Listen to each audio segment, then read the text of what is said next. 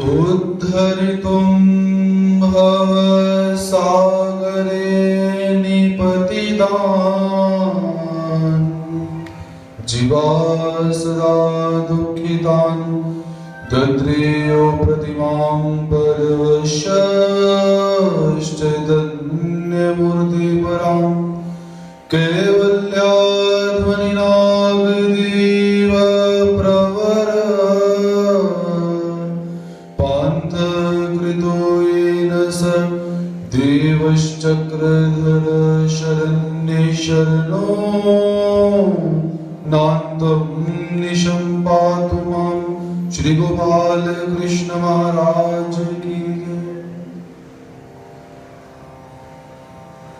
पद्मावती चरणचारी सच्चिदानंद घन स्वरूप परमेश्वर अवतार, जिनकी दिव्यांग कांति अनंत सूर्यों के समान है एवं अपनी बाल लीलाओं से संपूर्ण विश्व को ललायित करने वाले भगवान श्री कृष्ण महाराज जी के चरणार बिंदों में प्रणिपात करते हैं। तत्पश्चात जीवात्मा को साध्य और साधन प्रदान करने वाले भगवान श्री चक्रधर स्वामी जी के चरणार बिंदों को स्पर्श करते हुए संपूर्ण गुरुकुल के प्रति नतमस्तक होते हुए आज के सत्र में प्रवेश प्राप्त करते हैं। श्रीमद् ब्रह्म विद्या ज्ञान प्रवाह के अंतर्गत श्री उद्धव गीता ग्रंथ का हम सब यहाँ पर अध्ययन कर रहे हैं। भगवान श्री कृष्ण महाराज जी श्री उद्धव देव को भगवान श्री दत्तात्रेय महाराज जी एवं राजा यदु का जो संवाद है उस संवाद का श्रवण करवा रहे हैं। तो कल के सत्र के अंदर हमने श्री दत्तात्रेय महाराज जी का मूर्ति वर्णन का श्रवण किया और श्री दत्तात्रेय महाराज जी ने किन किन से गुण ग्रहण किए हुए हैं गुरु को धारण करके, उनका भी हमने श्रवण करा।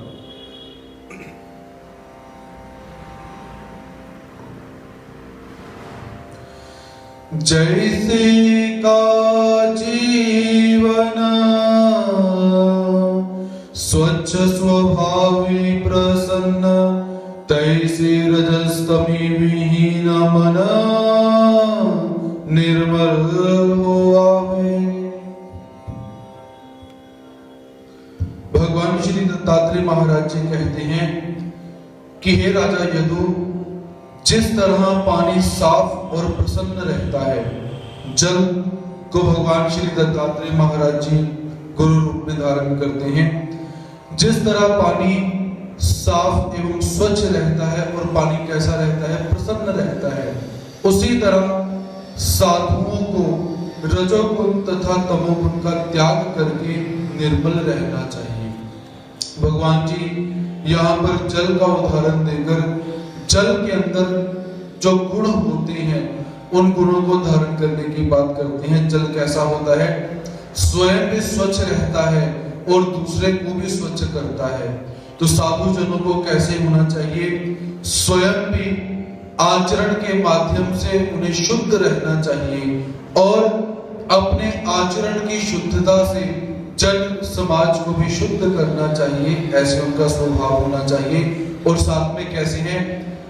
जल प्रसन्न मुद्रा में रहता है। जब भी आप जल को देखो, शीतलता को धारण किए रहता है, ठंडा स्पर्श आपको देगा। वो बात अलग कि आप जल को फ्रिज में रखकर अधिक ठंडा कर लेते हो या पानी को आप अग्नि में रखकर अधिक गर्म कर लेते हो। जल की स्वाभाविक स्थिति ऐसी नहीं है। तो जल स्वभाव से शीतलता को धारण किए रहता है, प्रसन्न रहता है। उसी तरह जो साधु जन होते हैं उन्हें ना तो तमो गुण रूपी होना चाहिए और ना ही रजोगुण रूपी होना चाहिए। उन्हें सतोगुण धारण करके प्रसन्न रहना चाहिए।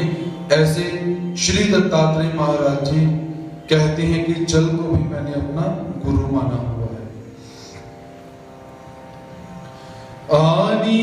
आचार्य योग्यता होए तीर्थ भूतता, बोलो नि प्रमया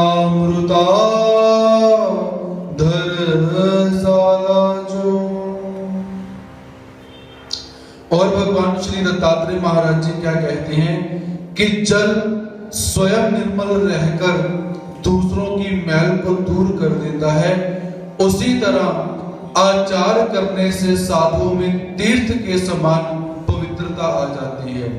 अतः उनके दर्शन से लोगों के पापों का नाश हो जाता है और उनके अमृत समान मीठे वचनों को सुनकर आनंद प्राप्त होता है।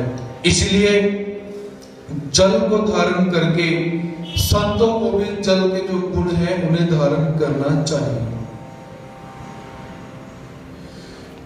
खायाचे काट फेरुनी की जती दुवट तैसे आवे चौखट अंतःकरण। भगवान श्री दत्तात्रेय महाराज जी जल के गुण बतलाते हुए कहते हैं कि जिस तरह जल कपड़ों पर लगे दागों को छुड़ाकर स्वच्छ कर देता है, उसी तरह साधु पुरुषों को दूसरों की मन की मैल को, बुरी भावनाओं को, जो दाग होते हैं उन्हें निकालकर साफ कर देना चाहिए। तो जल में इतने गुण होते हैं कि जिन गुणों को देखकर मुझे ऐसा प्रतीत होता है कि इसे गुरु ही मान लेना चाहिए। हमने भी जन्म से लेकर आज तक हम जल का प्रयोग करते हैं, किंतु जल के गुणों को हमने कभी देखा ही नहीं और हमारे मन में कभी भाव पैदा हुआ ही नहीं कि जल इतनी शिक्षाएं प्रदान करता है अपने अस्तित्व से, अपने प्रभुत्व से, तो हमें जल से कोई गुण ग्रहण करना चाहिए।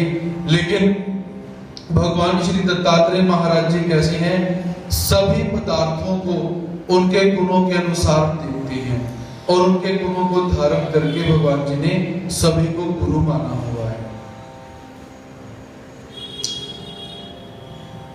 आचारु आनी विचारु जाना व्याग्नि गुरु केला दो प्रकारु जाई लराया। भगवान श्री दत्तात्रेय महाराज जी कहते हैं कि हे राजा यदु, आचार और विचार की जानकारी के लिए मैंने अग्नि को गुरु माना हुआ है। अब अग्नि तत्व के विषय में श्रवण कर। तापस नीलागु अग्नि नव्यासलगु तैसा हुआवानी संगु यकांत निष्ठु। भगवान श्री दत्तात्रेय महाराज जी कहते हैं कि हे राजा यदु, अग्नि कैसी होती है कि गर्मी के कारण अग्नि को स्पर्श नहीं किया जा सकता, अग्नि को स्पर्श करना कठिन होता है। उसी तरह योगी को तेजस्वी होना चाहिए एवं एकांत में रहकर प्रभु का ध्यान करना चाहिए, अन्य इतर लोगों से संपर्क नहीं रखना चाहिए। जैसे अग्नि कैसी है, इतनी तेजस्वी रहती है कि कोई भी उसे स्पर्श नहीं कर सकता, क्योंकि स्पर्श करेगा तो अग्नि उसे अपने गुणों से जला देगी। वैसे ही साधक को क्या करना चाहिए, एकांत में प्रभु भजन में तल्लीन रहना चाहिए। यदि कोई पाप रूपी व्यक्ति या पाप उसके समक्ष भी आए तो वो जलकर नष्ट हो जाए, ऐसा गुण तेजस्विता का मैंने अग्नि से धारण किया हुआ है। पात्रादि आलंबन नाही हुतासन स्वीकरावे अन्न उदरचि पात्र। भगवान श्री दत्तात्रेय महाराज जी अग्नि के तृतीय गुण को बतलाते हुए कहते हैं कि भोजन करने के लिए अग्नि के पास कोई भी पात्र नहीं रहता। अग्नि में आपने जो भी डाल दिया अग्नि उसे पचा जाती है, उसे जला के चली जाती है। वैसे ही योगी पुरुष के हाथों में भोजन करने के लिए कोई भी पात्र नहीं होना चाहिए। ऐसा गुण भगवान जी यहाँ पर बतलाते हैं, क्योंकि परमात्मा ने पहले बोला था निरालंबनता। आलंबन किसी भी तत्व का नहीं होना चाहिए। पदार्थ ऐसे संत के पास होने ही नहीं चाहिए जिस कारण से वो बंधन में फंस सके। यहां तक कि पात्र तक परमात्मा ने बोल दिया हुआ कि भोजन भी करना है, वो भी कैसे है? पानी हेज पात्र। आपके ये हाथ ही आपके पात्र होने चाहिए। ऐसा भगवान जी अग्नि से गुण ग्रहण करते हैं कि अग्नि कैसी है? जो खाया वो ही पेट में चला गया। वैसे ही संत कैसा होना चाहिए? जो मिला उसे खा लिया और संतोष करना चाहिए। ऐसे भगवान श्री दत्तात्रेय महाराज जी अग्नि से गुण को ग्रहण करते हैं। पवित्रा पवित्रे दोनी जैसी नानी वन्नी आनी पाप पुण्य चिन्ही घे पवेना। भगवान श्री दत्तात्रेय महाराज जी कहते हैं कि हे राजा यदु, जिस तरह अग्नि पवित्र और अपवित्र को नहीं समझती है, जो भी आता है उसे जला डालती है, उसी तरह योगी पुरुष को सदन और कदन का विचार नहीं करना चाहिए। सदन अर्थात जो अच्छा भोजन होता है उसे सदन कहा जाता है। कदन जो खराब हुआ भोजन है उसे कदन कहा जाता है। तो योगी के पात्र में अच्छा भोजन आ जाए या खराब भोजन आ जाए, या जब वो भिक्षा मांगकर जैसा भोजन उसके पात्र में पड़ जाए उसे खा लेना चाहिए। जैसे अग्नि प्रत्येक वस्तु को जला देती है, वैसे ही साधक को कैसा होना चाहिए? जैसा भोजन भिक्षा में आया, वो सदन हो या कदन हो, उसे उसी समय वैसे ही खा लेना चाहिए। और जब भी भिक्षा मांगने के लिए वो साधक जाए तो वहां पर पाप पुण्य की भावना नहीं रहनी चाहिए। ऐसा विचार करते हुए उसे भिक्षा मांगकर भोजन करना चाहिए। भगवान श्री दत्तात्रेय महाराज जी भिक्षा विधि का यहाँ पर निरूपण करते हैं। ईश्वरु प्रतीति आनने तरि अग्नि गुरु करने ते आयकंतः करने सावधाने। भगवान श्री दत्तात्रेय महाराज जी कहते हैं कि हे राजा यदु, ईश्वर प्रतीति के लिए अग्नि को मैंने गुरु माना हुआ है। यह बात ध्यान पूर्वक सुन। अग्नि कैसी है? मुझे ईश्वर की प्रतीति करवाती है, इसीलिए मैं अग्नि को गुरु मानता हूं। अब इस तत्व को तू ध्यान से सुन। जैसा काष्ठांतु अग्नियसे सर्वगतु पुनु प्राणियांसि नव्ये हेतु दृष्टा दृष्टि। भगवान श्री दत्तात्रेय महाराज जी कहते हैं कि हे राजा यदु, जिस तरह लकड़ी में अग्नि व्याप्त होती है, परंतु जब तक वह प्रकट नहीं होती तब तक दिखाई नहीं देती है, ऐसा अग्नि का कार्य रहता है। आप लोगों ने देखा हुआ है कि आप माचिस की तीली उठाते हो, उसे रगड़ते हो और अग्नि प्रकट हो जाती है। वो अग्नि कहां से आई? पहले नहीं थी। और इससे पूर्व जब आदि मानवों ने पत्थर को रगड़े तो पत्थर रगड़ने के बाद अग्नि प्रकाशित हुई। वो अग्नि कहां से आई? उसका सिद्धांत यही है कि अग्नि उन तत्वों के अंदर, पत्थरों के अंदर और लकड़ी के अंदर और प्रत्येक वस्तु के अंदर पहले से ही विद्यमान है। जब पदार्थों का संयोग हो जाता है तो अग्नि प्रकट हो जाती है और दिखाई देना शुरू हो जाती है और कार्य जो है वो संपन्न हो जाता है। जब तक पदार्थों का संयोग नहीं होता, अग्नि चाहे व्याप्त रहे लेकिन वो कार्य को पूरा नहीं कर सकती है। तो चीजे वाला होए प्रगटू तेवेनी भजनी सोड़या दृष्टो पाकनीय पते दुष्टो एका होए। भगवान श्री दत्तात्रेय महाराज जी कहते हैं कि हे राजा यदु, जिस समय अग्नि प्रकट हो जाती है उस समय भोजन पककर तैयार हो जाता है और भूख मिटाई जा सकती है तथा दूसरों को भोजन खिलाकर पुण्य प्राप्त किया जा सकता है। यज्ञ याग करके स्वर्ग आदि की देवताओं को प्रसन्न करके उनके फल को जोड़ा जा सकता है।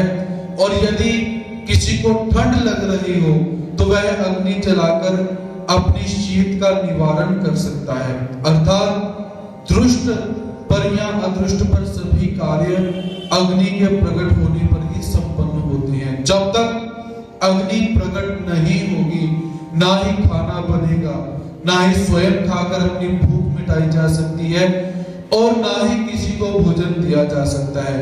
अग्नि जब तक प्रकट नहीं होगी तब तक यज्ञ संपन्न नहीं हो सकता है। जब तक अग्नि प्रकट नहीं होगी शीत का निवारण नहीं हो सकता है। इसीलिए अग्नि जब प्रकट हो जाती है तो ये सारे के सारे कार्य हो जाते हैं। तैसा परमेश्वरु सर्वात्मा सर्वात्मा निराकारो परिजीवांसि साकारो उपकारको। ये तो परमात्मा ने श्री दत्तात्रेय महाराज जी ने दो उदाहरण दिए। अब उदाहरण देकर परमात्मा सिद्धांत समझाने की बात करते हैं।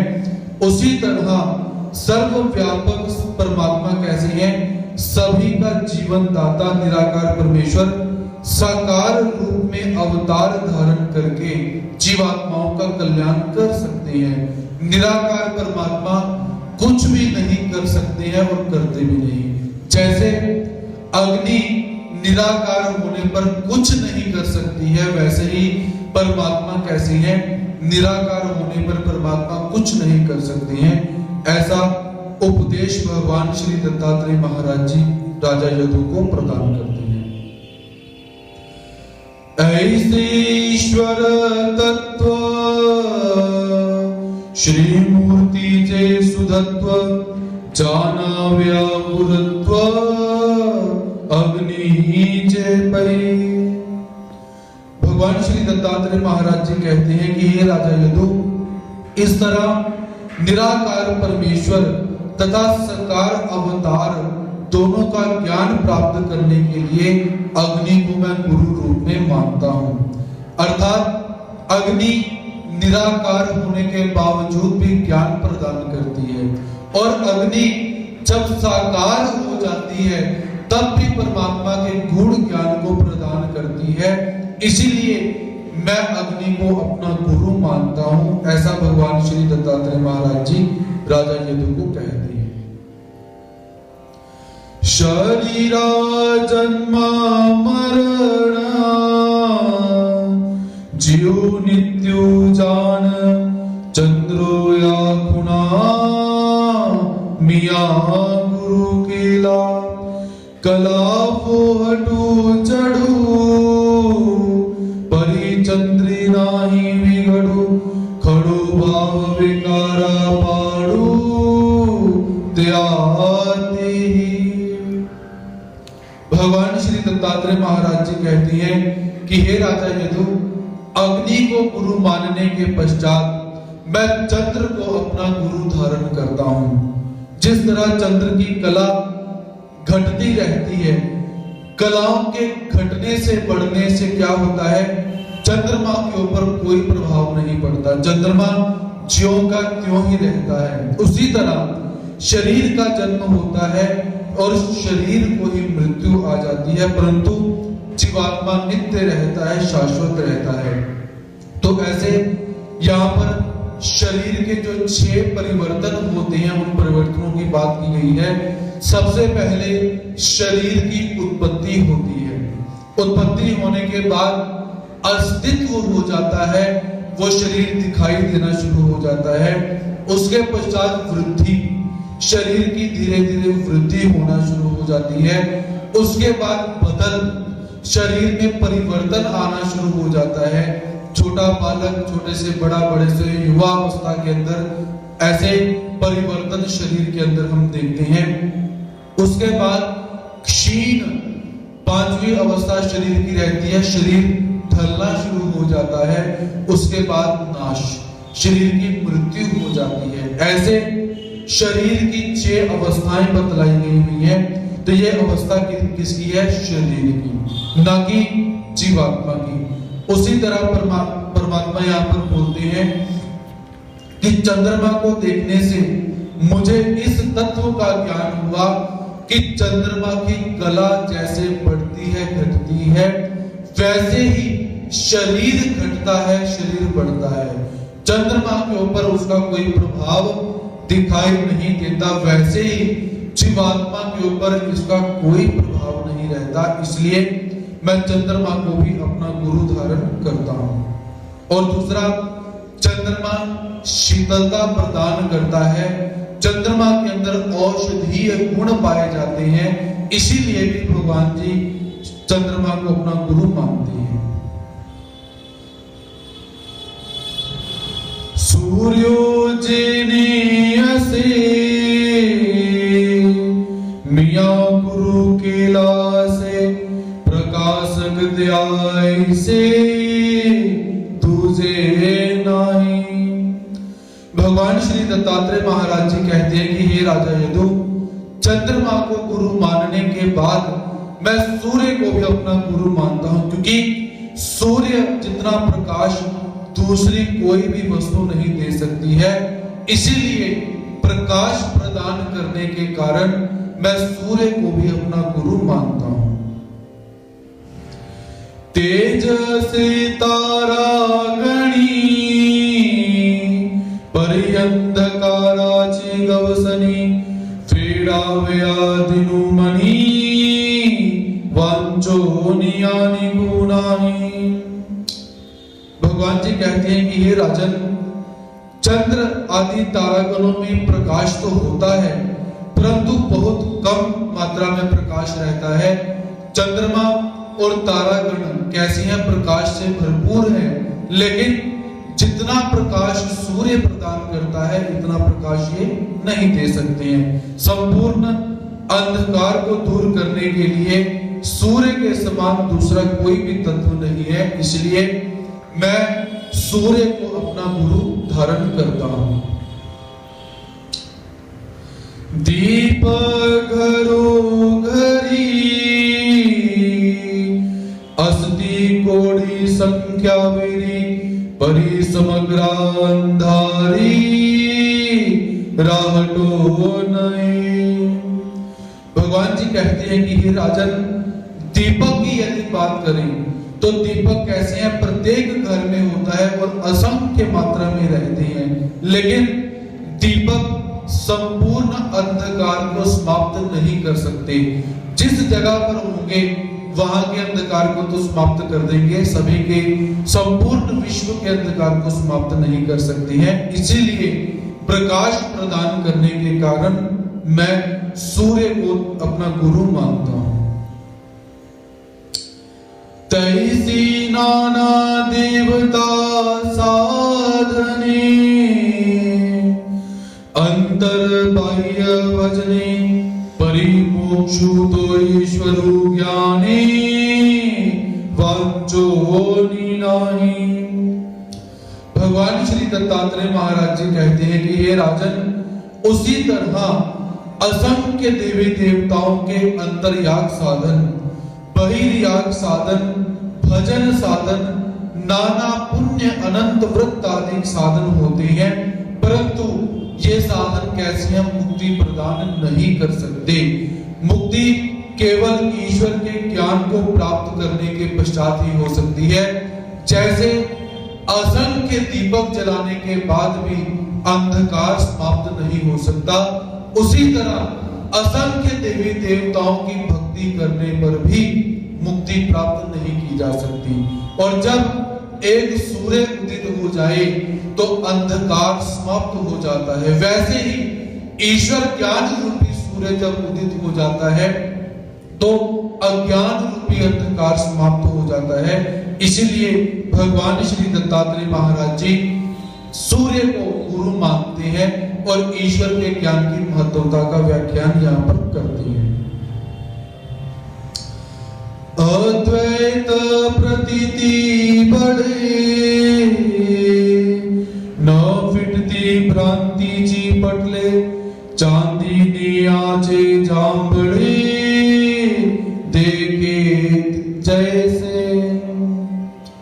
भगवान श्री दत्तात्रेय महाराज जी कहते हैं कि राजन, जिस तरह चंद्र की किरणों से थोड़ा प्रकाश होता है, उसी तरह अद्वैत के ज्ञान से अल्प मात्र जानकारी होती है, परंतु अज्ञान अन्यथा ज्ञान दूर नहीं होता।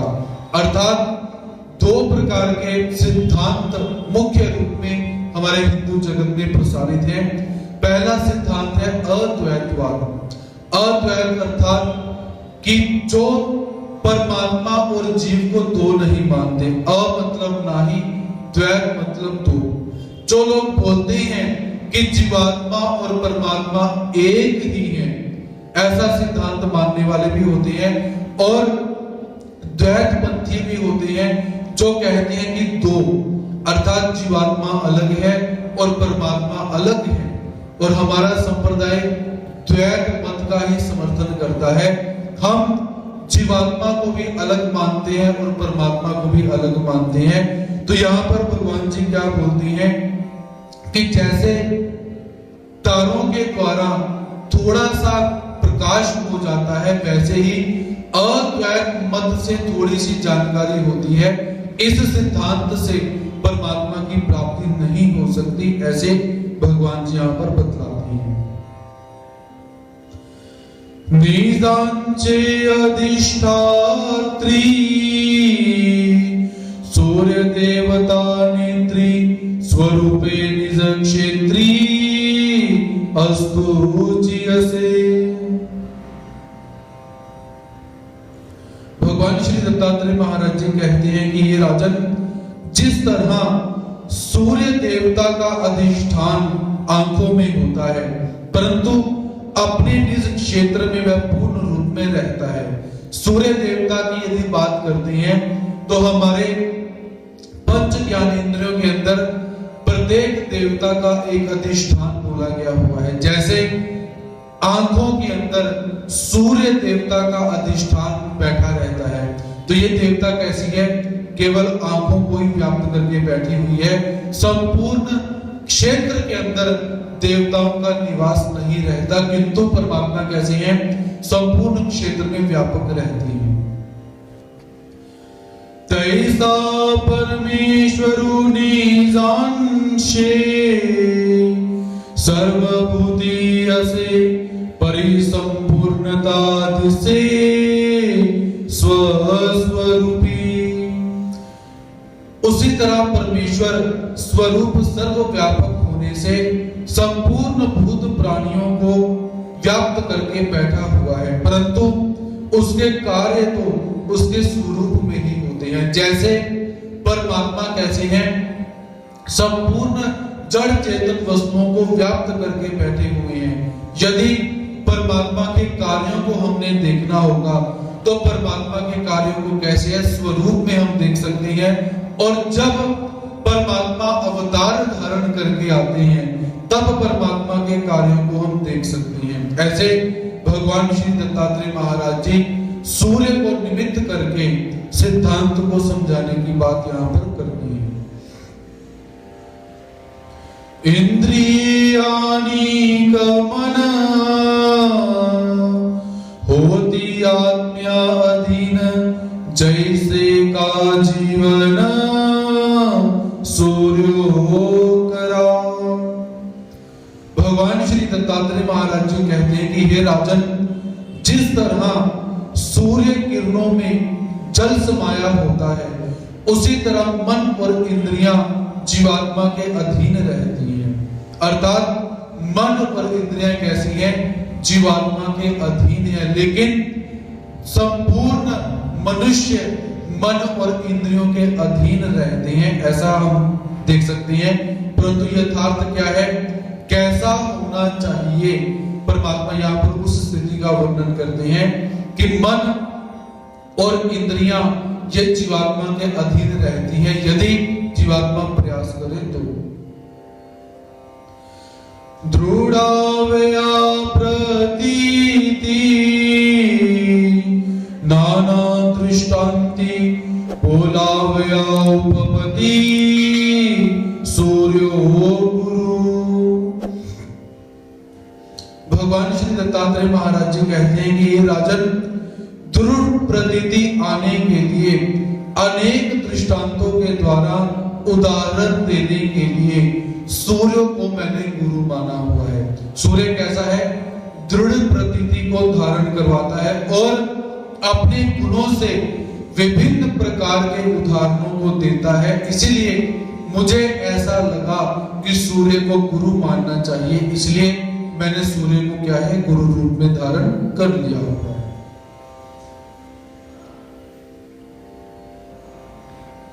परी से नर नाथा तुझ सांगे न पक्षियाई काची कथा जिया निवर्ते संसार व्यथा गृहस्थाश्रमाची। भगवान श्री दत्तात्रेय महाराज जी कहते हैं कि हे राजा यदु, तेरे को मैं एक पक्षी की कहानी सुना रहा हूं जिसको सुनकर गृहस्थ आश्रम के दुख कष्टों का निवारण हो जाएगा। अब भगवान श्री दत्तात्रेय महाराज जी क्या करते हैं, किसी एक पक्षी की कहानी अर्थात कबूतर को भगवान श्री दत्तात्रेय महाराज जी ने गुरु माना हुआ है, उस कबूतर की कहानी परमात्मा बतलाते हैं। हमारे संस्कृत साहित्य के अंदर ऐसे बहुत सारे ग्रंथ हैं जिन ग्रंथों में ऐसे पशु पक्षियों की कहानियां बतलाई गई है और पशु पक्षियों की कहानियों को बतलाकर राजनीति, सामाजिक नीति, पारिवारिक नीति को समझाया गया हुआ है। आप पंचतंत्र का अध्ययन करो या कथा सरित सागर का अध्ययन करो या आप मित्र लाभ उसके अंदर आता है, सुहृद भेद उसके अंदर आता है, हितोपदेश ग्रंथ का अध्ययन करो तो आपको बहुत मनोहर कहानियां उसके अंदर मिलती हैं। कभी कोई गधा सिंह को उपदेश करता है, कभी सिंह किसी गधे को उपदेश कर रहा है, कभी कोई पक्षी किसी सिंह को उपदेश करता है, कभी कोई सिंह किसी जानवर को उपदेश करता है। ऐसे बहुत सारी सुंदर कथाएं हमें प्राप्त होती हैं।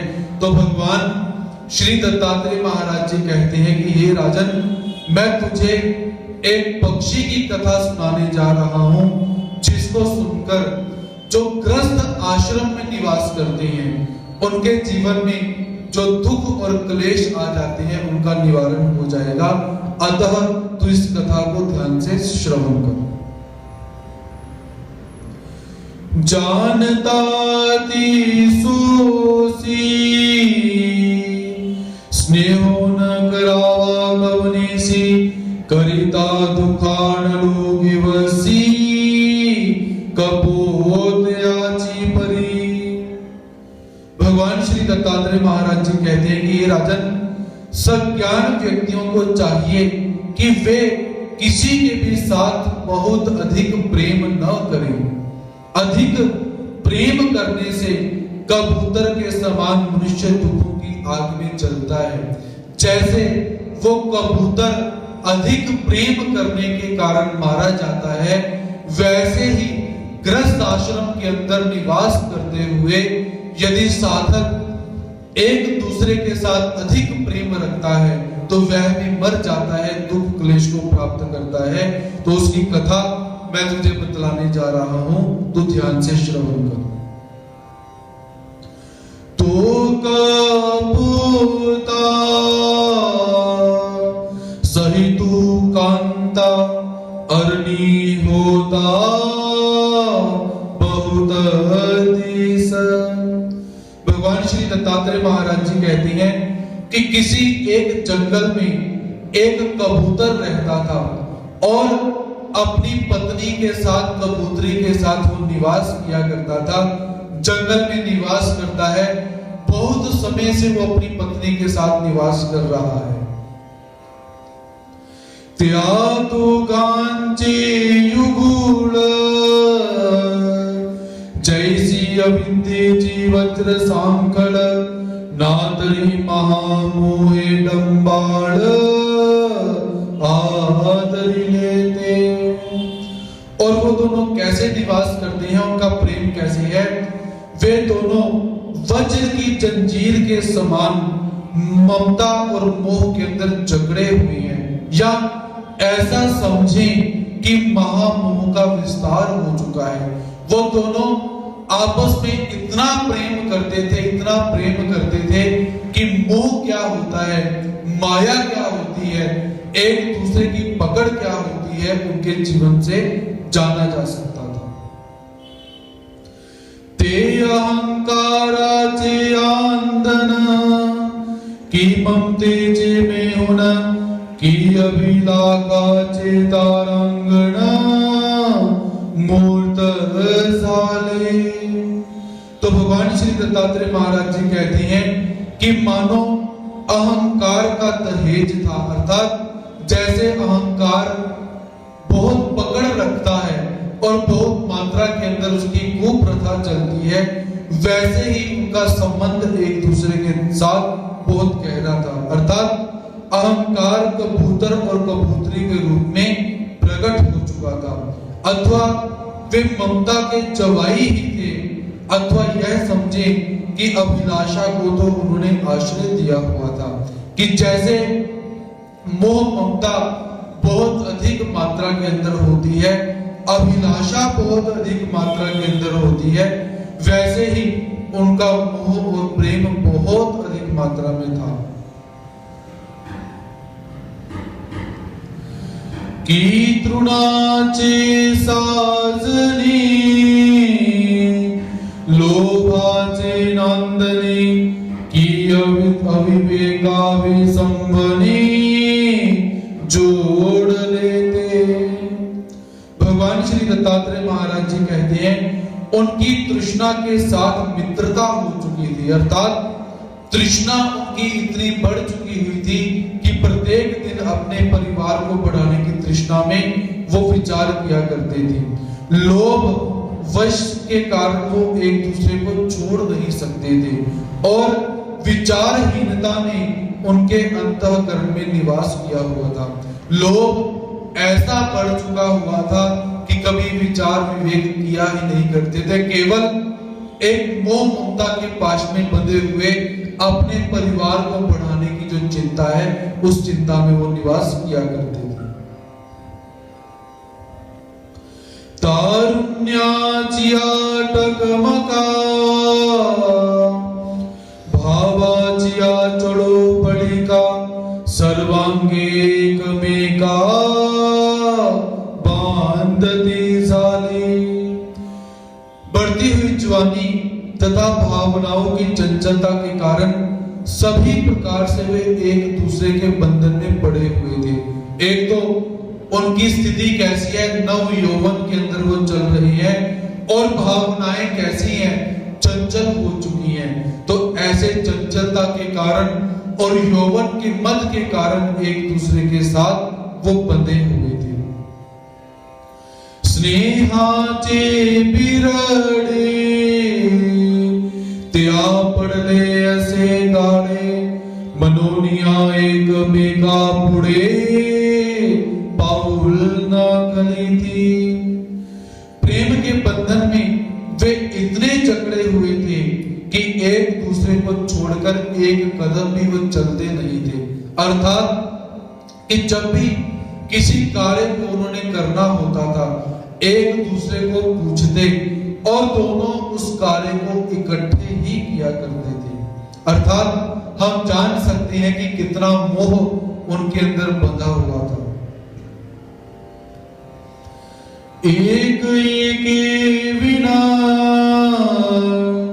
नाही नहान जेवण त्या दोघा एकूची प्राणो एर काय सांगो।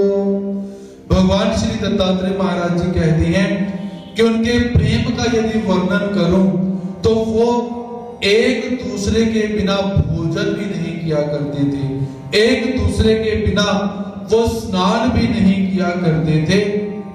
तो अधिक क्या बोलूं, वो कोई भी काम एक दूसरे के बगैर करते ही नहीं थे, मानो दो शरीर और एक प्राण। ऐसा उनका प्रेम का जो वर्णन है यहाँ पर भगवान श्री दत्तात्रेय महाराज जी करते हैं। तेजो जे चाड़ करी ते तो पूर्वी भलत्या परी स्त्रियाधीनुय संसारी कवनो नवे। भगवान श्री दत्तात्रेय महाराज जी संसार की स्थिति का वर्णन करते हुए कहते हैं कि वो कबूतर कैसा था। कबूतरी जिस जिस इच्छा को प्रकट किया करती थी तो कबूतर बड़े प्रेम से उसकी प्रत्येक इच्छा को पूरी करता था। और भगवान जी क्या कहते हैं, बहुत अच्छी बात है, इस संसार में ऐसा कौन व्यक्ति है जो स्त्री के अधीन ना हो। अर्थात प्रत्येक व्यक्ति और प्रत्येक नर पशु पक्षी स्त्री के अधीन रहता ही रहता है, ऐसा भगवान जी यहाँ पर बोलते हैं। नव्या तारुण्याचिया भोला देवरुके आली पड़ा मनोनी पहिल्याची वेला बहुत विनीसाली। तो ऐसी स्थिति के अंदर उनका परिवार का जो वातावरण था बहुत अच्छा चल रहा है। तो भगवान श्री दत्तात्रेय महाराज जी कहते हैं कि तरुण अवस्था के अंदर प्रथम बार ही उस कबूतरी ने क्या है, बहुत सारे बच्चों को, बालकों को जन्म दे दिया।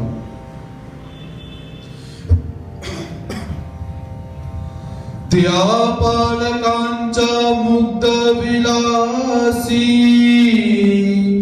तिये दोघे झाली पिसी बाबू अज्ञानाची भुली कैसी कवना ओळखवेना।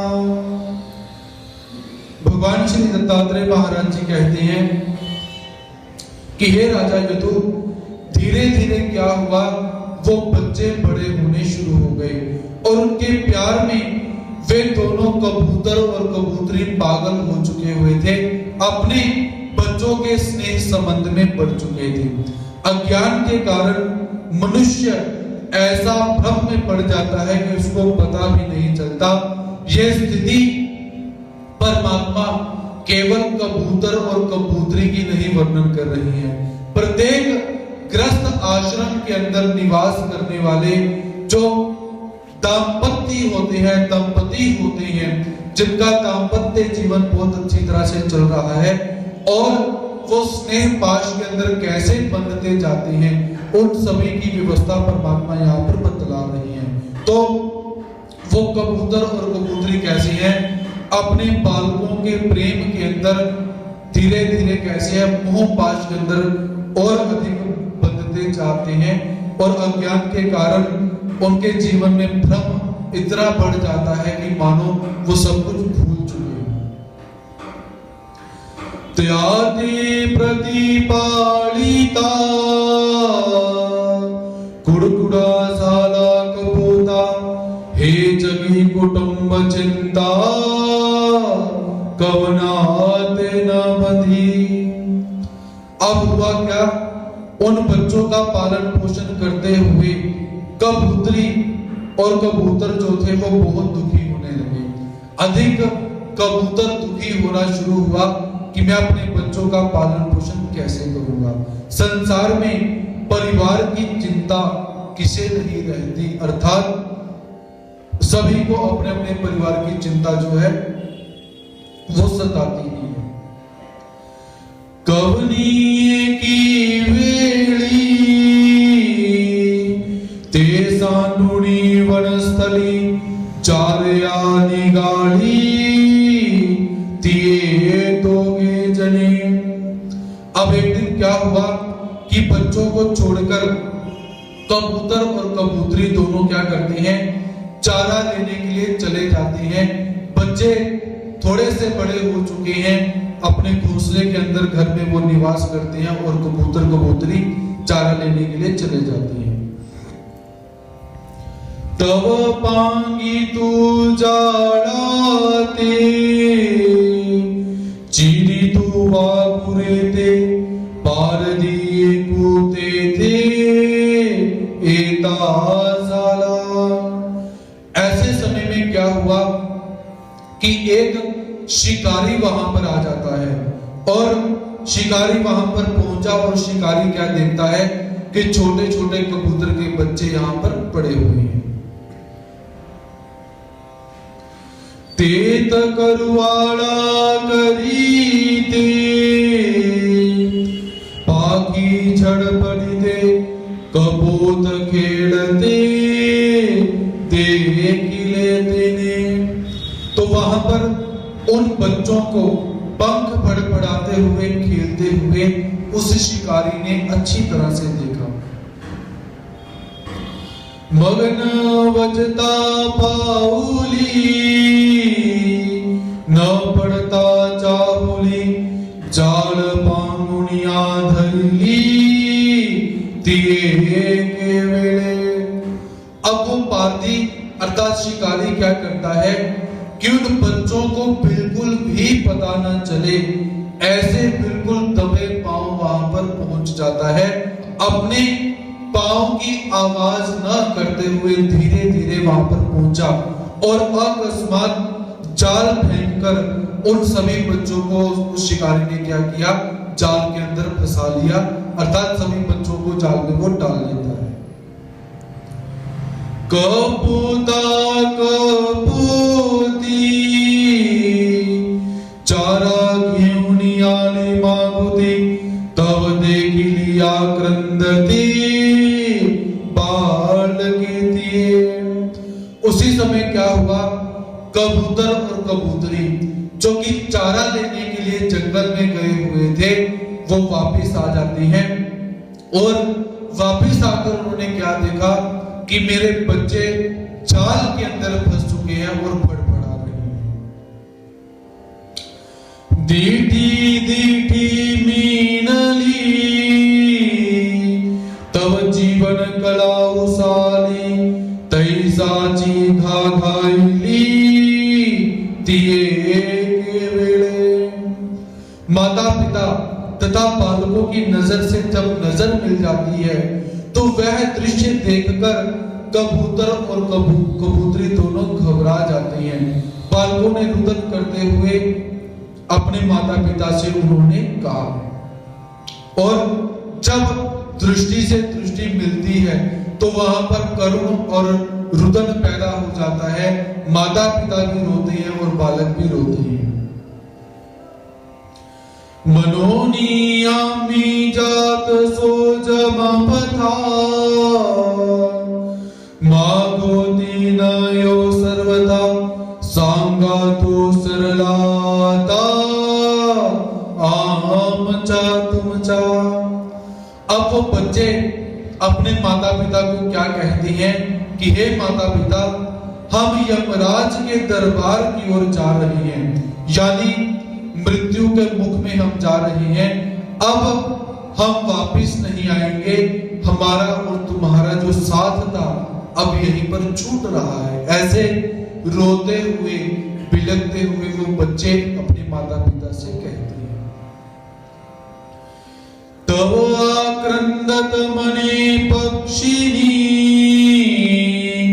मीका विसंबलिए पापिनी मीची जालिए सर्पिणी या बालकासी।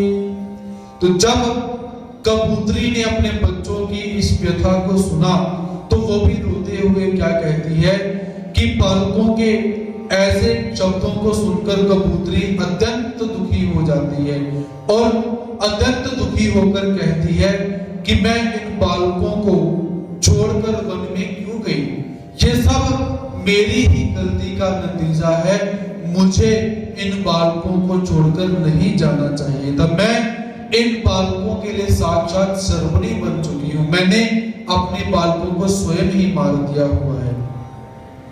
तो ऐसे मोह के अंदर पड़कर जो कबूतरी है वो रोती है कि यदि मैं अपने बालकों को छोड़कर न जाती तो ये आज जाल में न फंसे होते। तो ऐसे मोह ममता के वशीभूत होकर जो कबूतरी है वो रोती है। ऐसे बोलो नी अस्ताती पाठी धाविनलिया क्रंदत निडले निडल खांसत रेगाली जालयांतु।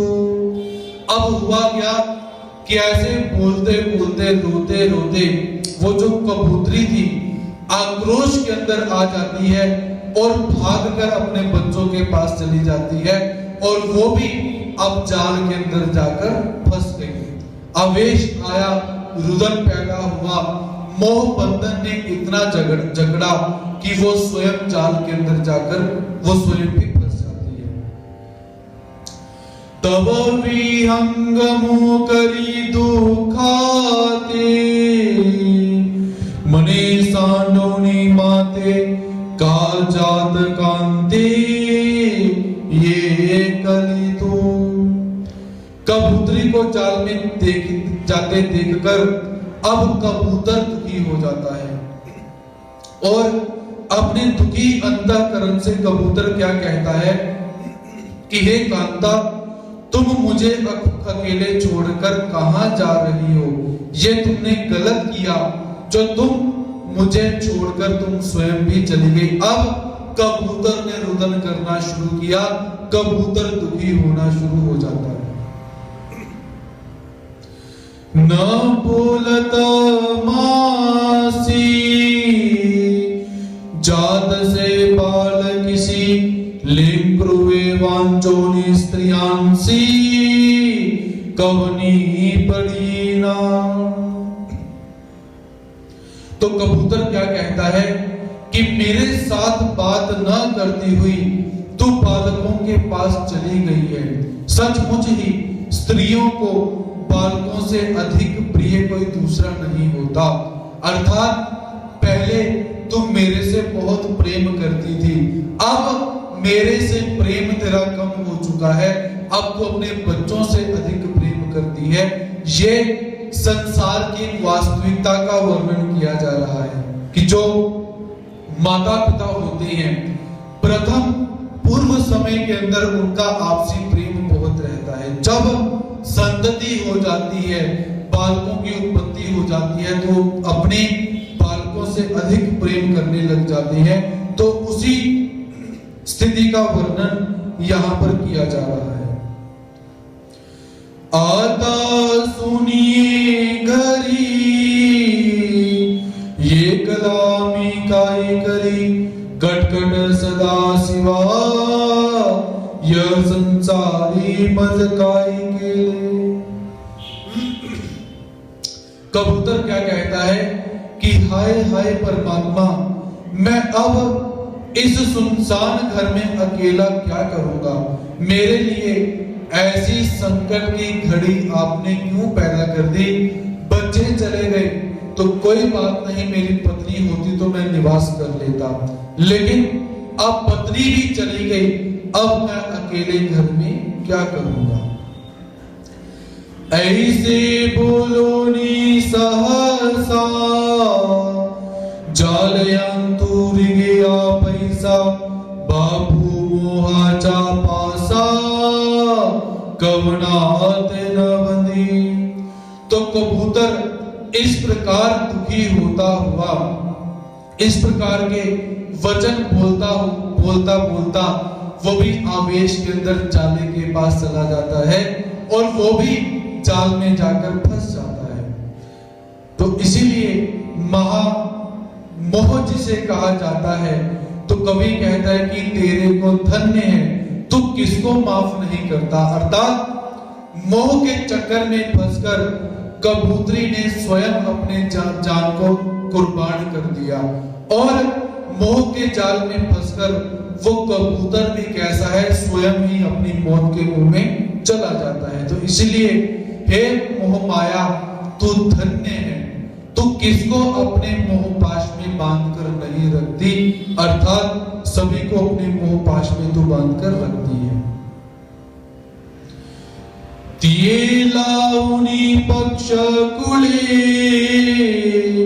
व्याधाचे मन संतोखले मग बांधोनी जाळे निघाला तो। अब क्या हो जाता है कि सब परिवार कबूतर को प्राप्त करके शिकारी बहुत खुश हो जाता है, संतोष उसे प्राप्त हो जाता है और शिकारी क्या करता है, उन सभी को बांधकर अपने घर की तरफ चल पड़ता है। सकुटुंबी कपूता निकाला स्नेहो करिता मनोनी घरी असगता यदु न वहावे तुझ। भगवान श्री दत्तात्रेय महाराज जी कहते हैं कि हे राजा यदु, स्नेह तथा ममता मोह के कारण कबूतर सपरिवार मृत्यु के मुंह में चला गया। केवल मोह और ममता के कारण कबूतरी विचार कर सकती थी कि यदि मेरे बच्चे चले गए, मैं अपने पति की तरफ ध्यान दूं और आने वाले समय के अंदर हम और बच्चों को पैदा कर सकते हैं, उत्पन्न कर सकते हैं, हमारा परिवार सकुशलता से चल सकता है। लेकिन कबूतरी ने ऐसा सकारात्मक विचार नहीं किया। कबूतर भी विचार कर सकता था, चलो कोई बात नहीं, हम दोबारा शादी कर लेंगे, दोबारा पत्नी प्राप्त हो जाएगी, दोबारा बच्चे प्राप्त हो जाएंगे। लेकिन उन्होंने विचार क्या किया, एक मोह के अंदर फंसकर कि नहीं तुम नहीं तो हम नहीं। तो ऐसा एक मोह का जो बंधन होता है वो कैसा है, मृत्यु के मुंह में लेकर चला जाता है। इसीलिए हे राजा यदु, घर में आसक्त नहीं होना चाहिए। गृहस्थ आश्रम में निवास करते हुए, गृहस्थ आश्रम का पालन करते हुए आसक्ति किसी में नहीं रखनी चाहिए। अपनी जिम्मेदारी समझकर अपने कर्तव्य का वहन करें, अपने कर्तव्य का निर्वाह करें, अपना कर्तव्य समझकर, जिम्मेदारी समझकर अपने परिवार में आसक्ति ना पैदा करें।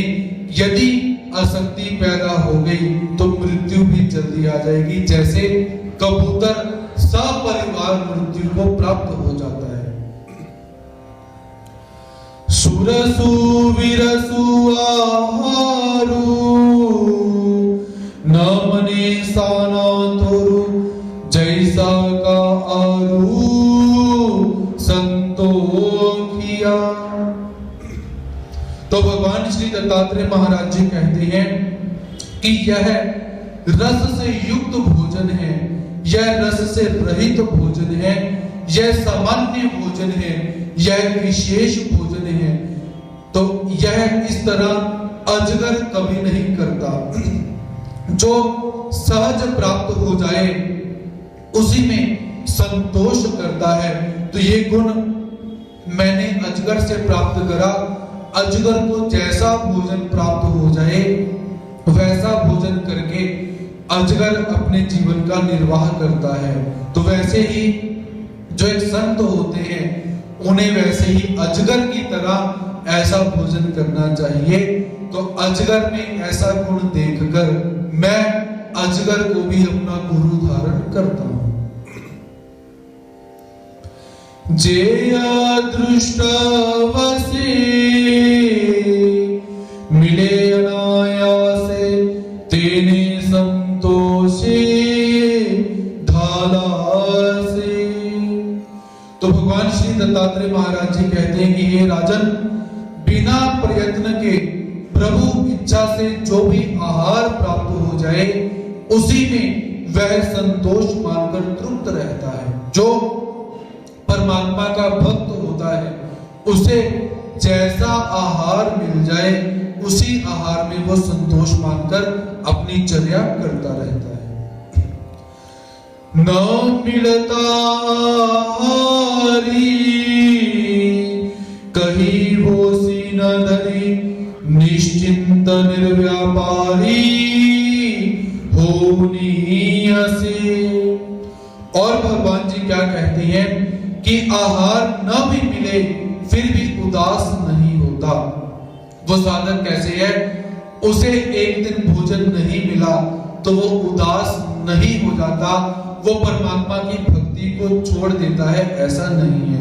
किसी प्रकार का उद्यम नहीं करता, निश्चिंत रहता है। अर्थात आज 5 घरों में भिक्षा मांगनी है तो 5 घरों में भिक्षा मांगने पर भी भोजन नहीं मिला या जितना भोजन चाहिए उतना भोजन नहीं मिला तो वो साधक क्या करता है? अधिक उद्यम न करके केवल परमात्मा का चिंतन करके संयम धारण करके बैठ जाता है। तैसा से संयमो अनुष्ठावया धर्मो देहि सत्वक्षेमो आरो जैसा। तो भगवान श्री दत्तात्रेय महाराज जी कहते हैं उसी तरह संयमी साधु अस्थि परि का आचरण करने के लिए शरीर तथा सतोगुण की सुरक्षा के लिए अजगर जैसे संतुष्ट रहता है। जैसे अजगर संतुष्ट रहता है वैसे ही साधक कैसा है? संतुष्ट रहता है। अतः सदा संतोषी रहने का गुण मैंने अजगर से प्राप्त किया। अजगर से भगवान श्री दत्तात्रेय महाराज जी संतोष नामक गुण को धारण करते हैं। मिया पुलिया बुद्धि गुरु के लाउदधि परमार्ग परमार्थ सिद्धि लागी राया। भगवान श्री दत्तात्रेय महाराज जी कहते हैं कि हे राजा यदु, परमार्थ सिद्धि के लिए मैंने अपनी बुद्धि से समुद्र को गुरु माना हुआ है।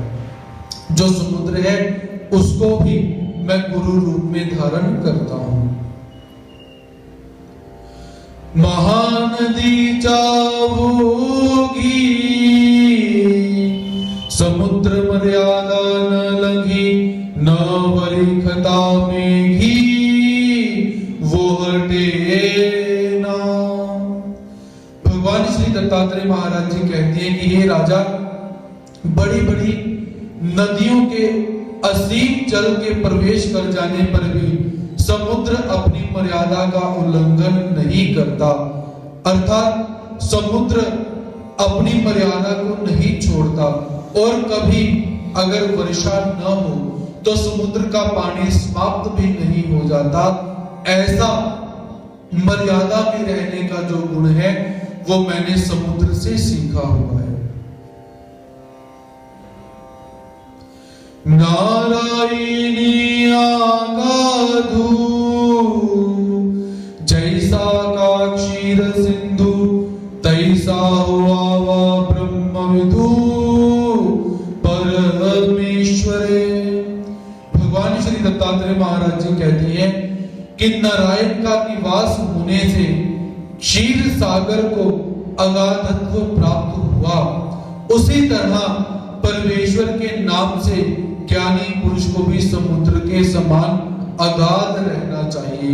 पहला मर्यादा में रहने का गुण, दूसरा अगाध रहने का गुण। अगाध अर्थात कि जब अच्छी बात हो जाए या बुरी बात हो जाए अपने आप को स्टेबल रखना, अपने आप को संतुष्ट रखना, समभाव के अंदर रखना।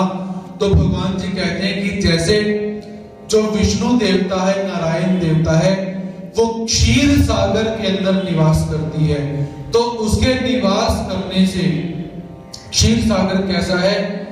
अगाध को प्राप्त हो गया। उसी तरह साधक को भी कैसे अगाध रहना चाहिए। सुख प्राप्त हुआ तब भी अगाध रहना चाहिए, शांत रहना चाहिए। दुख प्राप्त हो गया तो भी अगाध रहना चाहिए, शांत रहना चाहिए। ऐसा गुण मैंने समुद्र से प्राप्त किया है, ऐसा भगवान श्री दत्तात्रेय महाराज जी यहाँ पर बतलाए। जो ईश्वराभिमुखो जया दैव सवा संतोकु, नाही विखादु हरिखु लाभाला। भगवान श्री दत्तात्रेय महाराज जी कहते हैं कि परमेश्वर पारायण देवदत्त पदार्थ प्राप्त होने में ही संतोष रहना चाहिए, लाभ हानि में हर्ष विषाद नहीं मानना चाहिए। जैसे समुद्र संतोषी रहता है, अगाध रहता है, वैसे ही परमेश्वर पारायण जो भक्त है, दैवदत्त अर्थात परमात्मा ने जो दे दिया, जैसा दे दिया, उसमें ना तो लाभ का विचार करे, ना हानि का विचार करे, ना ही प्रसन्न हो और ना ही दुखी हो, ऐसे संतोष रहकर व्यवहार करना चाहिए।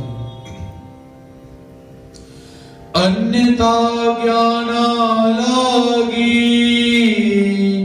वली खाली जे पतंगी आगी जिया जिगी मिगी देखोनिया। भगवान श्री दत्तात्रेय महाराज जी कहते हैं, अन्यथा ज्ञान के कारण अग्नि की चमक देखकर पतंगा अग्नि में गिर जाता है और गिरकर कैसे है, अपनी मृत्यु को प्राप्त करता है। तो ऐसे जीवात्मा को अन्यथा ज्ञान नहीं धारण करना चाहिए, सज्ञान होकर कार्य करना चाहिए।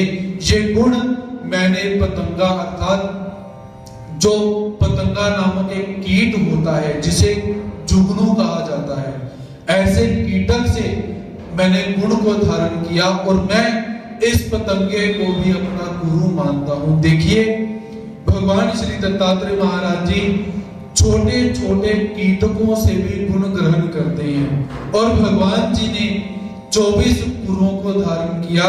यदि हम चाहें तो हम कितने गुरुओं को धारण कर सकते हैं, लेकिन हमारी स्थिति क्या है, हम मनुष्य वेशधारी गुरु को भी गुरु नहीं मानते हैं।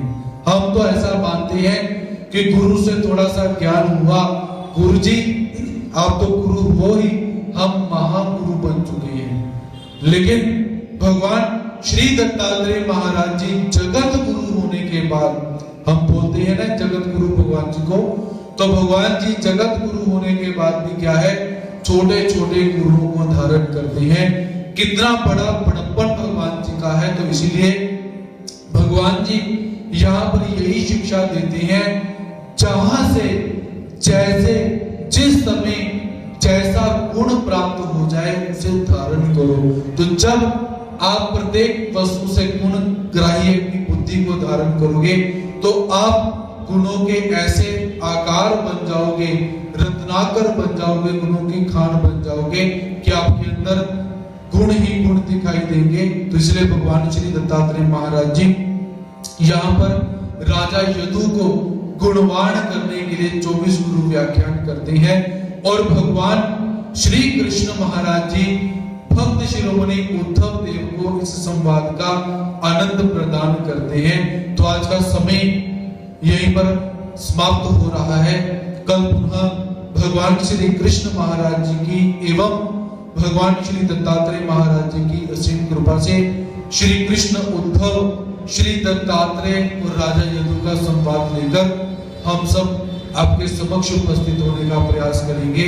तब तक के लिए सभी श्रोत्र वृंदों के प्रति प्रणति सादर करते हुए आज के सत्र को यहीं पर हम समाप्त करते हैं। जय श्री कृष्ण। दंडवत प्रणाम।